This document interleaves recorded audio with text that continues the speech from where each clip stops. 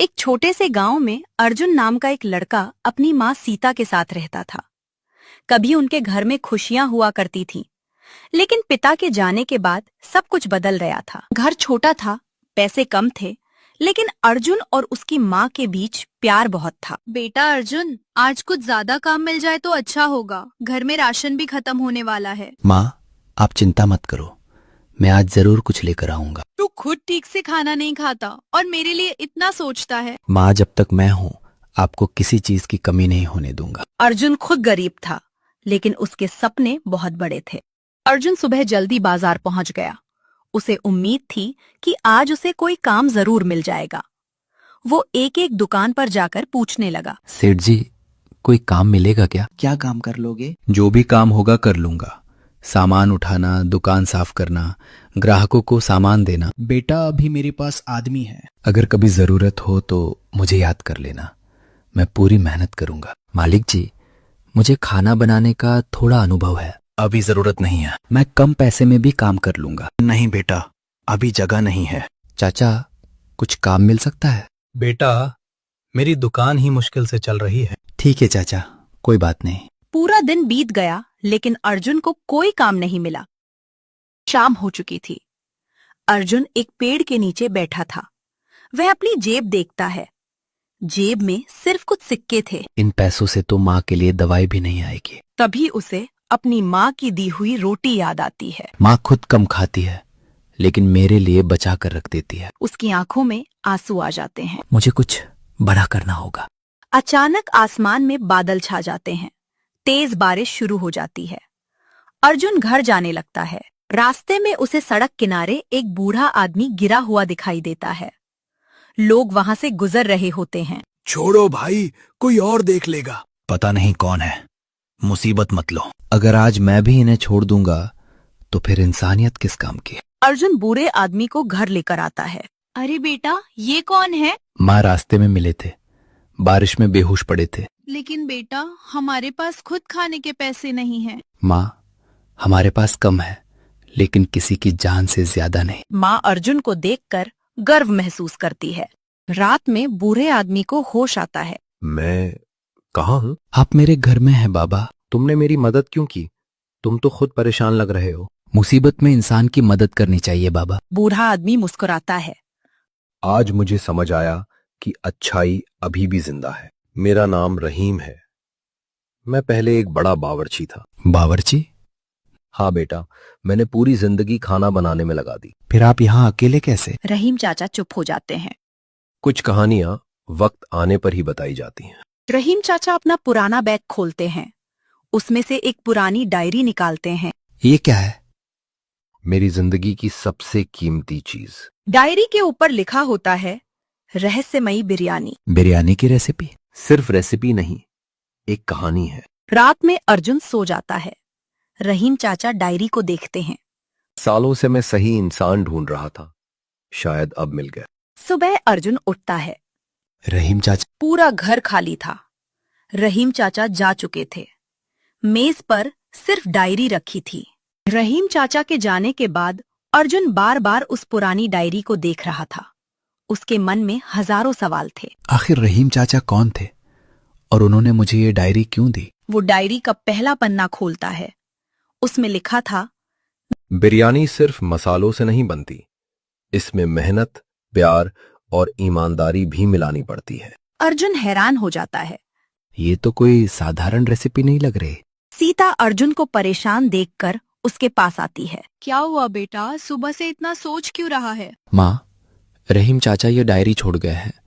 इसमें बिरयानी बनाने की खास रेसिपी है। तो क्या तू बिरयानी बेचने की सोच रहा है? हाँ माँ, शायद यही मेरा मौका हो सकता है। लेकिन बेटा, हमारे पास दुकान के पैसे नहीं हैं। अर्जुन कुछ देर सोचता है। दुकान नहीं है तो क्या हुआ माँ, शुरुआत छोटी जगह से करेंगे। अर्जुन पहली बार रहीम चाचा की डायरी के अनुसार बिरयानी बनाना शुरू करता है।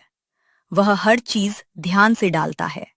मसाले, चावल, सब कुछ सही मात्रा में। लेकिन एक चीज उसे समझ नहीं आती। डायरी में लिखा था, आखिरी स्वाद दिल से आता है। इसका मतलब क्या है? वो मुस्कुराता है। शायद मेहनत और प्यार ही इसका मतलब है। अर्जुन अपने घर के बाहर एक छोटी सी मेज लगाता है, पुराना बोर्ड बनाता है।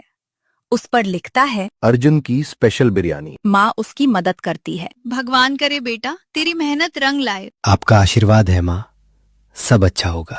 पूरा दिन बीत जाता है, कोई ग्राहक नहीं आता। अर्जुन उदास हो जाता है। शायद लोगों को मेरी बिरयानी पसंद नहीं आएगी। तभी एक बूढ़े आदमी की आवाज आती है। बेटा, एक प्लेट बिरयानी मिलेगी? अर्जुन खुश हो जाता है। जी बाबा, अभी देता हूँ। बूढ़ा आदमी बिरयानी खाता है, कुछ देर चुप रहता है। अर्जुन घबरा जाता है। क्या हुआ बाबा, पसंद नहीं आई क्या? बूढ़े आदमी की आंखों में आंसू आ जाते हैं। बेटा, कई साल बाद मुझे ऐसा स्वाद मिला है। इतनी अच्छी है क्या? इसमें सिर्फ मसाले नहीं हैं, इसमें अपनापन है। अगले दिन वह बूढ़ा आदमी अपने जानने वालों को अर्जुन की बिरयानी के बारे में बताता है। धीरे धीरे लोग आने लगते हैं। यही वो नई बिरयानी वाली दुकान है। सुना है इसका स्वाद अलग है। अर्जुन सबको प्यार से खाना देता है। शाम को अर्जुन पैसे गिनता है। उसके चेहरे पर खुशी आ जाती है। माँ, आज मैंने अपनी मेहनत से कमाया है। सीता की आंखों में खुशी के आंसू आ जाते हैं। मुझे पता था बेटा तू जरूर कुछ करेगा। विक्रम नाम का अमीर रेस्टोरेंट मालिक खाना खा रहा होता है। उसका नौकर आता है। मालिक, एक नई छोटी बिरयानी की दुकान खुली है, वहाँ बहुत भीड़ लग रही है। छोटी सी दुकान और लोग वहाँ जा रहे हैं? जी मालिक, लोग कहते हैं स्वाद बहुत अलग है। कोई भी नया आदमी मेरे शहर में मुझसे आगे नहीं जा सकता। रात में अर्जुन डायरी बंद करने वाला होता है। अचानक डायरी का एक नया पन्ना खुल जाता है। उस पर लिखा होता है, पहली परीक्षा पूरी हुई, लेकिन असली रहस्य अभी बाकी है।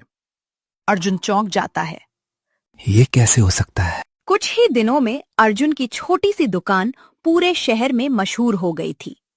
जहां पहले सिर्फ एक दो ग्राहक आते थे, अब वहां लंबी लाइन लगने लगी थी। भाई, ऐसी बिरयानी मैंने पहले कभी नहीं खाई। इसमें कुछ तो खास है। अर्जुन भाई, आपकी दुकान हमेशा चलती रहे। अर्जुन सबको मुस्कुराकर खाना देता है। आप लोगों का प्यार ही मेरी सबसे बड़ी कमाई है। शाम को अर्जुन घर लौटता है। उसके हाथ में कुछ सामान होता है। ये सब क्या है बेटा? माँ, आज मैंने घर का राशन लिया है और आपके लिए नई साड़ी भी। मुझे कुछ नहीं चाहिए बेटा, बस तू हमेशा खुश रहना। आपने मेरे लिए बहुत कुछ सहा है माँ, अब मेरी बारी है। विक्रम अपने खाली रेस्टोरेंट में बैठा होता है। पहले जहां भीड़ रहती थी, अब कुर्सियां खाली हैं। ये कैसे हो रहा है? मालिक, लोग अब अर्जुन की बिरयानी खाने जा रहे हैं। एक छोटी सी दुकान वाला मेरे इतने साल पुराने बिजनेस को चुनौती दे रहा है। मुझे पता लगाना होगा कि उसकी बिरयानी में ऐसा क्या है। रात का समय, विक्रम अपने आदमी को बुलाता है। रमेश, तुम अर्जुन की दुकान पर जाओ, पता लगाओ कि वो कौन सा मसाला डालता है। लेकिन मालिक, अगर पकड़ा गया तो? पैसों के लिए लोग बहुत कुछ करते हैं। रमेश ग्राहक बनकर अर्जुन की दुकान पर आता है। भाई, एक प्लेट बिरयानी देना। जी जरूर। रमेश खाते हुए चारों तरफ देखता है। वह रसोई में जाने की कोशिश करता है। आपको कुछ चाहिए? रमेश घबरा जाता है। नहीं नहीं, बस पानी चाहिए था। उस रात अर्जुन घर आकर डायरी खोलता है। आज एक नया पन्ना खुला होता है। उस पर लिखा था, जिसे पाने की इच्छा लालच से होगी, वो कभी इसे नहीं पा सकेगा। अर्जुन सोच में पड़ जाता है। क्या कोई मेरी बिरयानी का राज चुराना चाहता है? अगले दिन विक्रम खुद अर्जुन की दुकान पर आता है। तो तुम हो वो लड़का जिसकी वजह से मेरा रेस्टोरेंट खाली हो रहा है। मैं तो बस अपना काम कर रहा हूँ। मुझे तुम्हारी रेसिपी चाहिए। माफ कीजिए, मैं अपनी मेहनत किसी को नहीं बेच सकता। विक्रम गुस्सा हो जाता है। ठीक है, फिर देखता हूँ तुम्हारी दुकान कितने दिन चलती है। अगले दिन कुछ लोग दुकान पर आते हैं। तुम्हारे खाने की शिकायत आई है। लेकिन हमारी बिरयानी तो हमेशा अच्छी होती है। लोगों में अफवाह फैलने लगती है। क्या सच में खाना खराब है? अर्जुन परेशान हो जाता है। रात को अर्जुन अकेला बैठा होता है। इतनी मेहनत के बाद क्या सब खत्म हो जाएगा? माँ उसके पास आती है। बेटा, सच्चाई ज्यादा देर तक छुप नहीं सकती। लेकिन माँ, लोग मुझ पर भरोसा खो देंगे। जिसने मेहनत से बनाया है उसे कोई गिरा नहीं सकता। अर्जुन डायरी खोलता है। इस बार एक नया संदेश दिखाई देता है। जब मुश्किल आएगी तभी पता चलेगा कि तुम इस रहस्य के लायक हो या नहीं। अर्जुन हैरान रह जाता है। अर्जुन की दुकान पर पहले जैसी भीड़ नहीं थी। कल फैली अफवाह की वजह से लोग डरने लगे थे। जहां पहले लोग लाइन लगाते थे, आज वहां सन्नाटा था। कुछ दिन पहले तक यही जगह लोगों से भरी रहती थी, आज कोई आ भी नहीं रहा। बेटा परेशान मत हो, सच को समय लग सकता है लेकिन जीत हमेशा सच की होती है। अर्जुन सोचने लगता है। मेरी बिरयानी में कोई कमी नहीं थी, फिर अचानक ऐसी शिकायत कैसे आ सकती है? उसे विक्रम की बात याद आती है। देखता हूँ तुम्हारी दुकान कितने दिन चलती है। कहीं इसके पीछे विक्रम तो नहीं? अर्जुन अपने ग्राहकों से बात करने निकलता है। वह उन लोगों से पूछता है जिन्होंने शिकायत की थी। एक ग्राहक धीरे से कहता है, भाई हमें नहीं पता था, कुछ लोगों ने पैसे देकर कहा था कि शिकायत करो। अर्जुन हैरान हो जाता है। तो ये सब एक साजिश थी? विक्रम खुश होता है। अब देखता हूँ कौन आएगा उसकी छोटी सी दुकान पर। मालिक, लेकिन लोग अभी भी अर्जुन की ईमानदारी की बात कर रहे हैं। कुछ भी हो, मैं उसे सफल नहीं होने दूंगा। अर्जुन दुकान बंद कर रहा होता है। तभी पीछे से आवाज आती है। लगता है मेरी दी हुई जिम्मेदारी आसान नहीं थी। अर्जुन पलटता है। सामने रहीम चाचा खड़े होते हैं। रहीम चाचा, आप मुझे छोड़कर क्यों चले गए थे? क्योंकि मुझे देखना था कि तुम इस डायरी के लायक हो या नहीं। लेकिन इसमें ऐसा क्या खास है? ये मेरे गुरु की आखिरी निशानी है। लोग सोचते हैं कि इस बिरयानी में कोई जादुई मसाला है। तो फिर सच क्या है? सच ये है कि इसमें कोई जादू नहीं है। इसका असली स्वाद है साफ दिल, मेहनत और लोगों के लिए प्यार। कुछ महीने बाद अर्जुन की छोटी दुकान एक बड़े रेस्टोरेंट में बदल जाती है।